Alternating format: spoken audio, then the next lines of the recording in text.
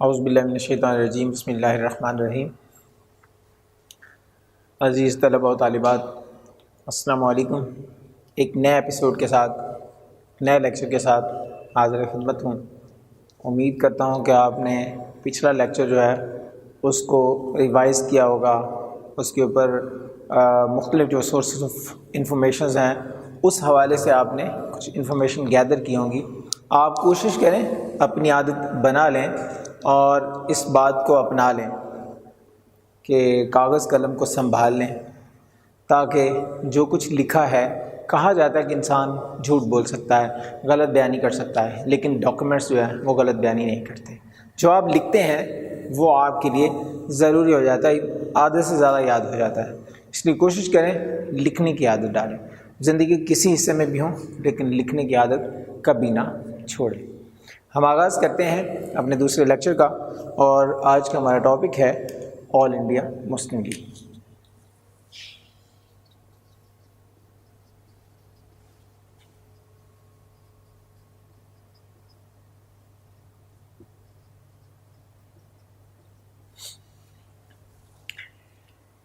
آل India Muslim league, جیسا کہ ہم نے پچھلے لیکچر کا جہاں سے اختتام کیا تھا کہ علی گڑھ موومنٹ جو ہے اس کی 20ویں اجلاس میں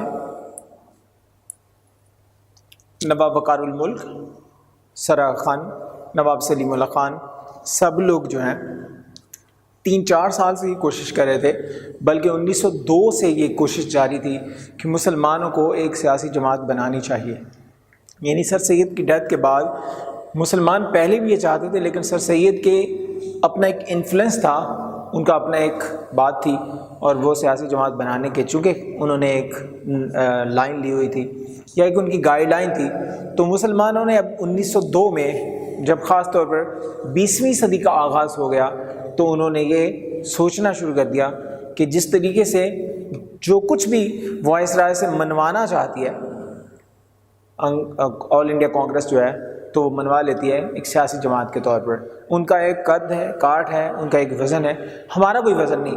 حالانکہ جو علی گڑھ موومنٹ ہے اس کے ایجوکیشن انسٹیٹیوشنز، اس کے بہت سارے اسٹوڈنٹس، بہت سارے جو اس کے پڑھنے والے تھے وہاں سے، انہوں نے مختلف پوزیشنز سنبھالی ہوئی تھیں ہندوستان میں، برٹش گورنمنٹ میں، لیکن ان کی اتنی سے نہیں تھی، ان کا اتنا اثر نہیں تھا جتنا اثر ہونا چاہیے تھا۔ آج بھی دیکھیں کہ ایک 21ویں اسکیل کا پروفیسر ہو اور ایک 14ویں اسکیل کا پولیس والا ہو، دونوں کے جو پروٹوکول ہے اس میں فرق ہوگا، عزت میں فرق ہوگا۔ سوسائٹی کے اندر خاص طور پر جو پچھلے 200-250 سال سے چیزیں ایمرج ہوئی ہیں وہ یہی ہوئی ہیں۔ جن قوموں نے جو استاد کی قدر کی ہے، وہ اٹلی ہو، جاپان ہو، مختلف ممالک ہیں، جیسے کہ بابا جی اشفاق کے میں نے ذکر کیا ہے ان ممالک کا، تو وہاں پر ایک الگ بات ہے۔ یہاں پر مسلمانوں نے کوشش کی 1902 سے، خاص طور پر نواب وقار الملک نے کوشش کی کہ ہم ایک سیاسی جماعت بنائیں۔ ڈھاکہ میں مسلمان اکٹھے ہوئے۔ ڈھاکہ دنیا کا وہ شہر ہے جو بنگلہ دیش کا دارالحکومت ہے، دنیا میں سب سے زیادہ مساجد ہیں اس شہر میں، اور وہ شہر اس وقت پاکستان کا حصہ نہیں ہے بلکہ ایک الگ ملک کے طور پر ہے، جہاں آل انڈیا مسلم لیگ کا قیام عمل میں آیا۔ ہر سال جب ہمڈن ایجوکیشنل کانفرنس کا میٹنگ ہوتی تو اس کے ایجوکیشن کے ایجنڈے کے ساتھ ساتھ نواب صاحب جو ہیں، خاص طور پر نواب وقار الملک جو ہیں، اپنے گھر میں 2 لوگوں کو مدعو کرتے اور وہاں پر پولیٹیکل ڈسکشن ہوتی۔ پھر 1906 میں انہوں نے بالآخر 30 دسمبر 1906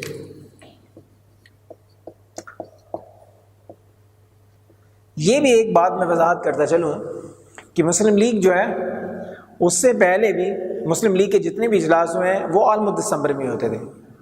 خطبہ الہٰباد بھی دسمبر میں ہوا، شہر بدلتے رہتے تھے، لیکن مسلم لیگ جب بنی تھی تو سال کے بعد ضرور اس کا ایک اجلاس ہوتا تھا۔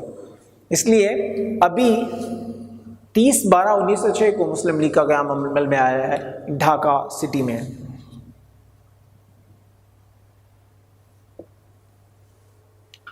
اور پھر لو پروفائل میں چلتی رہی مسلم لیگ، ہر سال اجلاس ہوتا رہا اور وہ پروفائل نہیں بنا جو ہونا چاہیے تھا۔ پھر 1905 میں ایک بڑا واقعہ ہو چکا تھا، اس سے پہلے تقسیم بنگال ہوئی تھی۔ بنگال جو جس کو ہم بنگلہ دیش کہتے ہیں، یہ تقسیم ہو گیا انتظامی بنیاد پر، یعنی ایڈمنسٹریٹو لیول کے اوپر اس کی تقسیم کر دی گئی۔ یہ بہت بڑا صوبہ تھا، بہت بڑا پروونس تھا، اس وجہ سے اس کی تقسیم کر دی گئی۔ انگریزوں نے از خود کی، لیکن اس کے دو حصے بنائے، ایک مشرقی بنگال اور ایک مغربی بنگال۔ جو مغربی بنگال تھا وہ اس میں اکثریت ہندوؤں کی تھی، سرمایہ دار ہندوؤں کی تھی، اور جو مشرقی بنگال تھا اس میں مسلمان تھے اور غریب مسلمان تھے۔ جو چھوٹے دکاندار تھے وہ مسلمان تھے۔ جب اکٹھا تھا بنگال تو بڑے ہندو جو ساہوکار تھے، لوگ ان سے قرضہ لیتے تھے، مسلمانوں کی چھوٹی دکانیں چلتی نہیں تھیں۔ جب تقسیم ہو گئی تو مسلمانوں کی چھوٹی دکانیں ہونا شروع ہو گئی، مسلمان معاشی طور پر مضبوط ہونا شروع ہوئے۔ یہ کسی طرح بھی ان کو گوارا نہیں تھا ہندوؤں کو۔ سو آل انڈیا کانگریس نے کوشش کی، وائسرائے سے ملے اور بارہا ملے۔ مین وائل یہ ہوا کہ انہوں نے 1911 میں تنسیخ کر دی، یعنی تقسیم کو دوبارہ ختم کر دیا، تنسیخ بنگال کر دی۔ مسلم لیگ نے یہاں اپنا رول پلے کیا۔ اس سے پہلے ایک بڑا واقعہ ہو چکا تھا 1908 میں۔ قائد اعظم رحمۃ اللہ علیہ اپنی تعلیم مکمل کر کے واپس آئے اور انہوں نے کانگریس کو جوائن کر لیا۔ کانگریس کی طرف سے وہ لیجسلیٹو کونسل کے ممبر بھی بن گئے 1909 میں۔ وہ یہ سمجھتے تھے کہ آل انڈیا کانگریس ایک بڑی پولیٹیکل پارٹی ہے، یا وہ پولیٹیکل پارٹی ہے جس میں ہندو اور مسلمانوں کی تقسیم نہیں ہے، تفریق نہیں ہے۔ پھر قائد اعظم نے 1913 میں جب تنسیخ کو واپس نہیں کروا سکے، مسلم لیگ نے پوری کوشش کی، لیکن وائسرائے ان کی بات نہیں مان رہا تھا، کیونکہ سیاسی جماعت اس لیول کی نہیں تھی جس لیول کی کانگریس تھی۔ سو اب قائد اعظم رحمۃ اللہ علیہ نے 1913 میں مسلم لیگ میں شمولیت کر دی۔ یہ بہت بڑا ٹرن تھا، یہ ہندوستان کی تاریخ کا، مسلمانوں کی تاریخ کا ایک بہت بڑا ٹرننگ پوائنٹ تھا جب قائد اعظم رحمۃ اللہ علیہ نے مسلم لیگ کو جوائن کیا۔ وہ کانگریس کے ممبر بھی تھے اور مسلم لیگ کو بھی انہوں نے جوائن کر لیا۔ بیک وقت دونوں سیاسی جماعتوں کے ممبر تھے۔ انہوں نے کوشش کی کہ جب تک مسلمان اور ہندو اکٹھے نہیں ہو جاتے، یعنی کانگریس اور آل انڈیا مسلم لیگ دونوں اکٹھی نہیں ہو جاتی، تب تک آپ انگریزوں سے اپنے مطالبات منوا نہیں سکتے۔ اس لیے ضروری ہے کہ مسلم لیگ جو ہے اور کانگریس جو ہے وہ دونوں کم از کم ایجنڈے پر اکٹھا ہوں۔ اب کانگریس جو ہے وہ تو مسلم لیگ کو جماعت کے طور پر مانتی نہیں تھی، وہ کہتی تھی یہ تو سیاسی جماعت ہے ہی نہیں، ہم اس کی بات کیوں مانیں۔ اور پھر مسلم لیگ جو ہے اس کے جو بنیادی مقاصد تھے، جو آبجیکٹو تھے، وہ کیا تھے؟ یعنی جب مسلم لیگ بنی تھی 1906 میں تو اس کے آبجیکٹو بڑے محدود تھے۔ انہوں نے سب سے پہلے یہ کہا کہ ہم انگریزوں کے وفادار رہیں گے، ہم گورنمنٹ جو ہے اس کے وفادار رہیں گے، یعنی گورنمنٹ کی وفاداری کر رہے ہیں۔ اور دوسری جو بات کی مسلم لیگ نے اپنے آبجیکٹو میں، جو ان کے مقاصد طے کیے گئے، اس میں انہوں نے یہ کہا کہ ہم مسلم مائنورٹیز کی بات کریں گے۔ مائنورٹیز، ہم تمام ہندوستان کی جو مائنورٹیز ہیں، وہ سکھ ہیں، وہ مسلمان ہیں، وہ ادروائز جتنی بھی چھوٹی کمیونٹیز تھیں، ان کو ہم اکٹھا کریں گے۔ اور تھرڈ ون جو تھا وہ تھا کہ مسلمان ان کے مفادات کا تحفظ کریں گے۔ یہاں کسی بھی بڑے سیاسی ایجنڈے کی بات نہیں ہے۔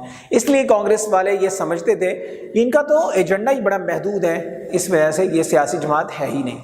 لیکن جب قائد اعظم رحمۃ اللہ علیہ 1913 میں کانگریس کو مسلم لیگ کو جوائن کرتے ہیں تو انہوں نے مسلم لیگ کو جو آئیڈیا دیا، انہوں نے کہا کہ آپ ہندوستان کے جو گورننس ہے، ہندوستان کا جو اقتدار ہے، اس میں سے حصہ مانگیں۔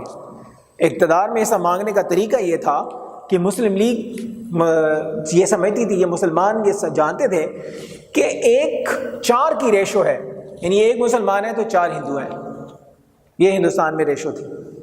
اس لیے انہوں نے یہ کہا کہ اگر ہمیں 1 ملے اور ان کو 4 ملے تو اس کا مطلب یہ ہے کہ ہمارا پروپورشن ٹھیک رہے گا۔ کوئی بھی چیز، کوئی بھی سیٹ، کوئی بھی منسٹری، کوئی بھی لیول کے اوپر جو اقتدار کا حصول ہے، کسی بھی طرح جو پولیٹیکل پاور شیئرنگ ہے، اس میں ہمارا کہیں نہ کہیں حصہ ہونا چاہیے، ایک بات۔ دوسری بات یہ تھی کہ مسلمان یہ چاہتے تھے کہ سیپریٹ الیکٹورل سسٹم ہو۔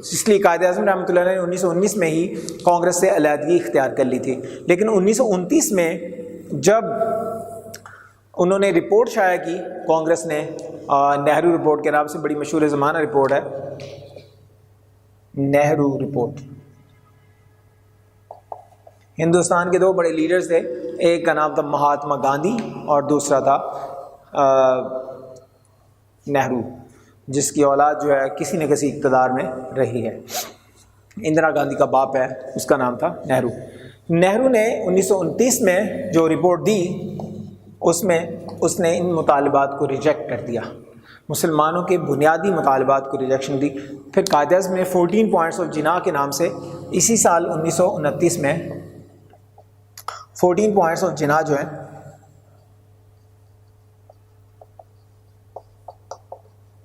لکھے. اس میں انہوں نے ان مطالبات کو بھی دہرایا. اس کے علاوہ انہوں نے یہ کہا کہ جو صوبے ہیں ان کو اختیارات دیے جائیں، مسلمانوں کو وزارتوں میں بھی حصہ دیا جائے، مسلمانوں کو ہر ایک لیول کے اوپر حصہ دیا جائے. یہ بنیادی طور پر سر سید قائد اعظم رحمۃ اللہ علیہ نے ایک بہت ہی اگریسو پوائنٹس دیے تھے اور بڑے قابل عمل تھے. یہ کنٹرڈکشن بہرحال موجود تھی، کانگریس اس کو نہیں مان رہی تھی اور مسلم لیگ جو ہے وہ نہرو رپورٹ کو نہیں مان رہی تھی. ان 10 سالوں میں 1919 سے لے کر 1929 تک قائد اعظم رحمۃ اللہ علیہ ہر سال مسلم لیگ کے صدر منتخب ہوتے تھے. پھر دسمبر 1930 آیا اور مسلم لیگ کے صدر کے طور پر علامہ اقبال کو چنا گیا. علامہ اقبال رحمۃ اللہ علیہ مسلم لیگ کے 1930 میں صدر بن گئے. دسمبر 1930 میں انہوں نے جو مشہور زمانہ خطبہ دیا، خطبہ الہ آباد، جس میں انہوں نے 2 قومی نظریے سے بہت آگے چل کے نظریہ پاکستان پیش کیا. انہوں نے یہ کہا کہ جہاں مسلم لیگ مسلمان اکثریت میں ہے وہاں ان کے الگ ریاستیں بنا دی جائیں. ایک ملک کی بات نہیں کی تھی، کئی ملکوں کی بات کی تھی، ریاستوں کی بات کی تھی. انہوں نے بہت ہی تفصیل کے ساتھ الہ آباد میں مسلم لیگ کے اجلاس سے خطاب کرتے ہوئے صدارتی خطبہ دیا تھا. اس صدارتی خطبے کی یہ پوائنٹس ہیں جہاں علامہ اقبال رحمۃ اللہ علیہ نے مسلمانوں کی نشاط ثانیہ کی بات کی، مسلمانوں کے جو تعلیمات ہیں ان کی بات کی، قرآن اور صاحب قرآن کی بات کی، اور پھر آخر میں یہ مطالبہ پیش کیا کہ خاص طور پر کشمیر سے لے کر افغانستان تک جہاں جہاں مسلمان موجود ہیں وہاں وہاں مسلمانوں کی الگ ریاستیں بنا دی جائیں. یہ خواب جو ہے بہت بڑا خواب تھا، شاید اس کو کوئی ہضم نہیں کر سکتا تھا. بہرحال 1933 میں جب گول میز کانفرنس میں خطاب کرنے کے لیے علامہ اقبال وہاں تشریف لے گئے اور وہاں کے پارلیمنٹیرین سے بھی ملاقات ہوئی تو آپ نے شام میں مسلمان جو اسٹوڈنٹس تھے وہاں پر ان کو خطاب کرتے تھے، ان کے ساتھ گپ شپ لگاتے تھے انفارمل میں. چودھری رحمت علی بھی اس زمانے میں گریجویشن کر رہے تھے لندن میں. چودھری رحمت علی نے پاکستان کا جو نام تجویز کیا ہے انہوں نے قائد علامہ اقبال کے کہنے پر ہی پاکستان کا نام تجویز کیا تھا. پاکستان کا لفظ بنیادی طور پر کہاں سے آیا ہے؟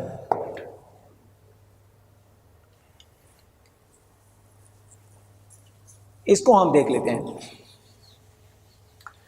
پی فار پنجاب ہے، اے فار افغانستان ہے،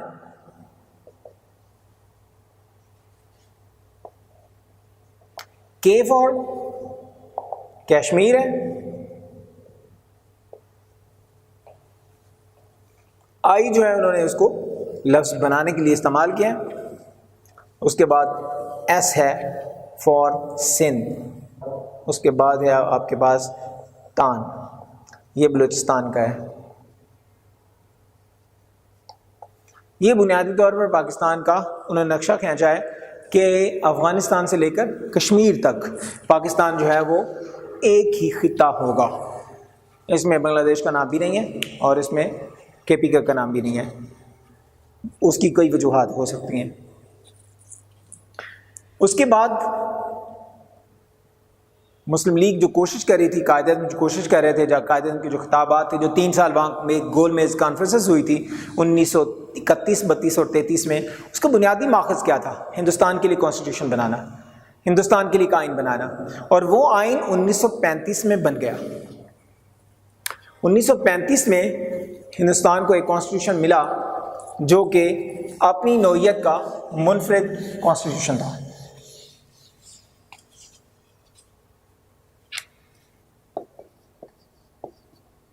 اس کو کہتے ہیں انڈین ایکٹ 1935. اس کے تحت ہندوستان کو 11 صوبوں میں تقسیم کر دیا گیا اور فل فور الیکشنز کی بات کی گئی. مسلم لیگ نے بھی کوشش کی اور یہ سیپریٹ الیکٹورل سسٹم کے تحت تھا، یعنی مسلم لیگ کا مطالبہ یہاں مان لیا گیا اور مسلمانوں کو مسلم لیگ نے مطالبہ کیا تھا 1/4 کا، وہ بھی انہوں نے مان لیا کہ 1/4 سیٹیں آپ کو دی جائیں گی اور 1/4 آپ کو وزارتیں دی جائیں گی اگر آپ کی حکومت بنتی ہے تو.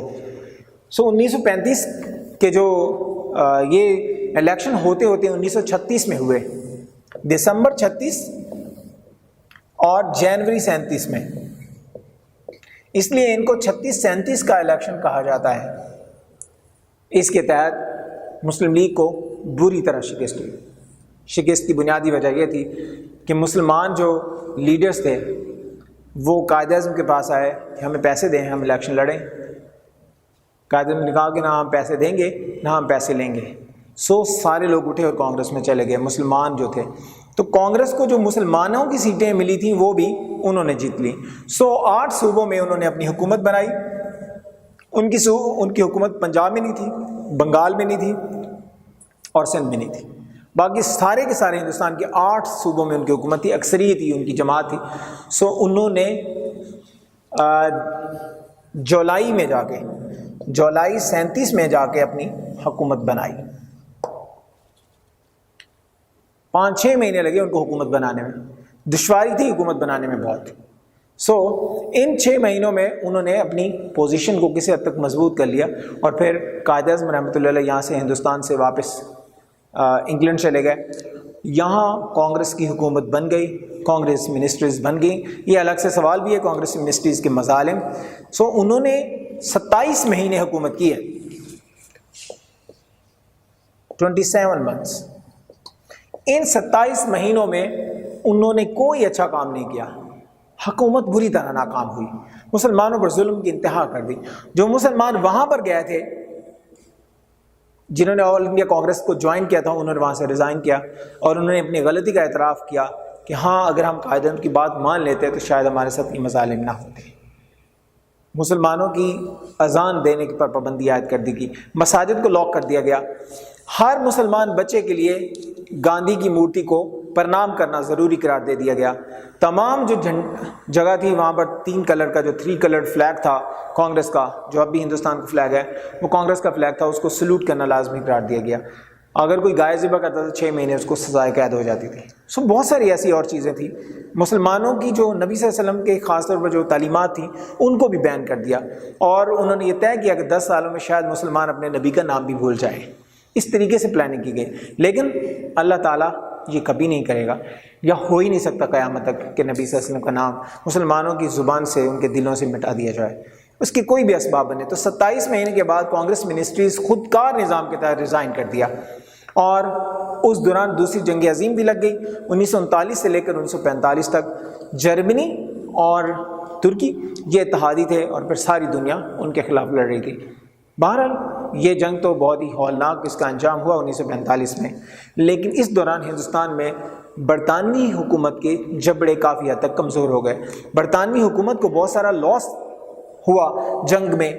اس 6 سال کی جنگ میں ہٹلر نے اینٹ سے اینٹ بجا دی ہے، خاص طور پر برطانیہ کی. تو برطانوی حکومت، برطانوی سامراج جو ہے یہاں سے اپنی چیزوں کو سمیٹنے کے لیے مجبور ہو رہا تھا. پر یہ کہ جب کانگریس نے ریزائن کیا تو قائد اعظم رحمۃ اللہ علیہ واپس آ گئے، اور کیونکہ وہ اس سے پہلے ہی واپس آ گئے تھے، اپریل 1938 میں واپس آ گئے تھے جب علامہ اقبال نے ان کو خط لکھ کے واپس بلایا تھا. انہوں نے کہا تھا کہ آپ ہی ہندوستان کے بلکہ پوری دنیا کے بعد لیڈر ہیں جو اب تک حیات ہیں. مسلمانوں کے لیے کمال سنبھالی.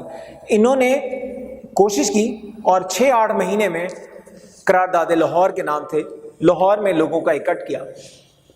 یہ لاہور ریزولوشن اس کو کہتے ہیں 1947-40. یہ الگ سے سوال ہے آپ کا، یہ ایک ہی سوال کے بہت سارے سوالات ہیں، لیکن آپ کو اگر یہ آل انڈیا کانگریس، آل انڈیا مسلم لیگ کا سوال آتا ہے تو پھر سارے ٹاپکس آپ کے کور ہوں گے، چھوٹے چھوٹے ٹاپکس کور ہو جائیں گے. لاہور ریزولوشن جو ہے یہ 3 دن کی کانفرنس تھی بیسکلی. 21، 22 اور 23 مارچ 21، 22 اور 23 مارچ جو ہے پورے ہندوستان سے 1 لاکھ کے قریب مسلمان اکٹھے ہوئے لاہور میں، جہاں مینار پاکستان موجود ہے، اس کو منٹو پارک کہا جاتا تھا۔ 8,000 روپے فیس مانگی تھی پنجاب گورنمنٹ نے، اس زمانے کی پنجاب گورنمنٹ نے، اس کی فیس کہ آپ اس کی فیس دیں گے اس گراؤنڈ کی تو پھر آپ اس کا جلسہ کر سکتے ہیں۔ 8,000 روپے اس زمانے میں بڑی رقم تھی۔ بہرحال مسلم لیگ نے وہ رقم دے دی۔ قائد اعظم نے 2 دن خطاب کیا اس کانفرنس سے، اور 23 مارچ 1940 کو قرارداد لاہور پاس ہوئی، جس کا بنیادی نقطہ یہ تھا کہ مسلمان جو ہے وہ اپنا الگ ملک لیں گے۔ اس کے نام کے بارے میں وہاں کوئی بات نہیں ہوئی، یہ الگ ریاست کی بات ہوئی تھی، ایک الگ ریاست لے لیں، اور ریاست تقسیم کے علاوہ کوئی بھی فارمولہ اب قابل قبول نہیں ہوگا۔ تمام لوگوں نے باقاعدہ حلف لیا اس کے اوپر، قسم اٹھائی کہ ہم جہاں جہاں جائیں گے وہاں جا کے یہ پیغام قائد اعظم کو پہنچائیں گے۔ اور پھر اگلے 7 سال جو ہیں وہ قرارداد لاہور کی قرارداد پر عمل درآمد کے لیے لوگوں نے سر دھڑ کی بازی لگا دی۔ لوگوں نے یہ کہا کہ لے کے رہیں گے پاکستان، بٹ کے رہے گا ہندوستان، بن کے رہے گا پاکستان۔ پاکستان کا مطلب کیا؟ لا الہ الا اللہ۔ سو بہت سارے نعرے اس میں امرج ہوئے۔ بہت سارے لوگ ایسے ہیں جنہوں نے اپنا نام پاکستانی رکھا۔ مثال کے طور پر ایک طارق عزیز جو ابھی جن کی ڈیتھ ہوئی ہے پچھلے دنوں، ان کے والد نے اپنا نام میاں عبدالعزیز پاکستانی رکھا۔ ان کو جاب سے بھی نکال دیا گیا، بلکہ انہوں نے ریزائن دے دیا اس بنیاد پر۔ انہوں نے کہا میں پاکستانی ہوں، پاکستان بننے سے بہت پہلے 1936 میں انہوں نے کہا کہ میں پاکستانی ہوں، جب پاکستان کا نام ابھی رکھا جا چکا تھا۔ قرارداد لاہور ابھی 4 سال بعد پیش ہوئے۔ ہندو پریس نے بہرحال یہ کہا کہ یہ قرارداد لاہور نہیں ہے، یہ قرارداد پاکستان ہے۔ سو مسلمانوں نے وہ نام اڈاپٹ کر لیا۔ اس کے بعد پھر جب جنگ ختم ہوئی تو الیکشنز ہوئے، ایک دفعہ پھر ہندوستان میں الیکشن ہوئے، مسلم لیگ نے 100% سیٹیں جیت لیں۔ یہ الیکشنز 1945-46 میں ہوئے ہیں، 1945 دسمبر میں اور 46 کے جنوری میں، یعنی یہاں پر صوبائی اسمبلی ہوئے ہیں یا قومی اسمبلی کے الیکشنز ہوئے ہیں۔ ہندوستان میں جب بھی الیکشنز ہوئے ہیں دسمبر اور جنوری میں ہوئے ہیں، ہندوستان کی گورنمنٹ نے جب بھی کروائے ہیں۔ سو الیکشنز میں مسلم لیگ نے 100% سیٹیں اپنی ون کر لیں۔ اب حکومت بنانی تھی، مسلم لیگ کو حکومت بنانے نہیں دی گئی۔ بہرحال پھر بھی انہوں نے ایڈ ہاک گورنمنٹ بنائی، مسلم لیگ کو 5 وزارتیں مل گئیں، ان پر 5 وزارتوں نے اپنا رول پلے کیا۔ ہندوستان قائد اعظم ایک نقطے پر تھے، اور وہ نقطہ کیا تھا کہ پاکستان۔ اور یہی وجہ تھی کہ جب 3 جون 1947 کو پلان دیا گیا، لارڈ ماؤنٹ بیٹن کا آخری وائسرا ہند آیا اور اس نے پلان دیا تقسیم کا، پنجاب اور بنگال کی تقسیم ہوگی، جہاں مسلم اکثریتی علاقے ہوں گے وہاں پر پاکستان بنے گا، جہاں ہندو اکثریتی علاقے ہوں گے وہاں ہندوستان بنے گا، اور جو مسلم ریاستیں مسلم پاکستان کے ساتھ ریاستیں آنا چاہتی ہیں وہ پاکستان کے ساتھ آ جائیں، جو ہندوستان کے ساتھ جانا چاہتی ہیں وہ ہندوستان کے ساتھ چلی جائیں۔ لہٰذا 14 اگست 1947 کو اس پر عمل درآمد ہوا، اور 14 اگست 1947 کو 27 رمضان المبارک کو پاکستان کا قیام عمل میں آیا۔ پاکستان زندہ باد اور قائد اعظم پائندہ باد۔ سو پاکستان اور کی تخلیق جو ہے وہ آل انڈیا مسلم لیگ نے کی۔ 14 اگست 1947 کے بعد آل انڈیا مسلم لیگ باقاعدہ ختم ہو گئی، اور 15 اگست 1947 سے پاکستان مسلم لیگ کے نام سے نئی سیاسی جماعت بنائی گئی، اور قائد اعظم نے پہلے گورنر جنرل کے طور پر اپنا عہدہ سنبھالا، اور اس کے بعد پھر ایک لمبا پیریڈ ہے جو کانسٹیٹیوشنل ڈیولپمنٹ کا ہے۔ ہم کوشش کریں گے اگلے لیکچر میں ہم اس سے آگے شروع کریں۔ دعا کرتے ہیں کہ اللہ تبارک و تعالی ہم سب کو زیور علم سے آراستہ فرمائے، نور علم اور نور ادب عطا فرمائے۔ آمین ثم آمین۔ والسلام۔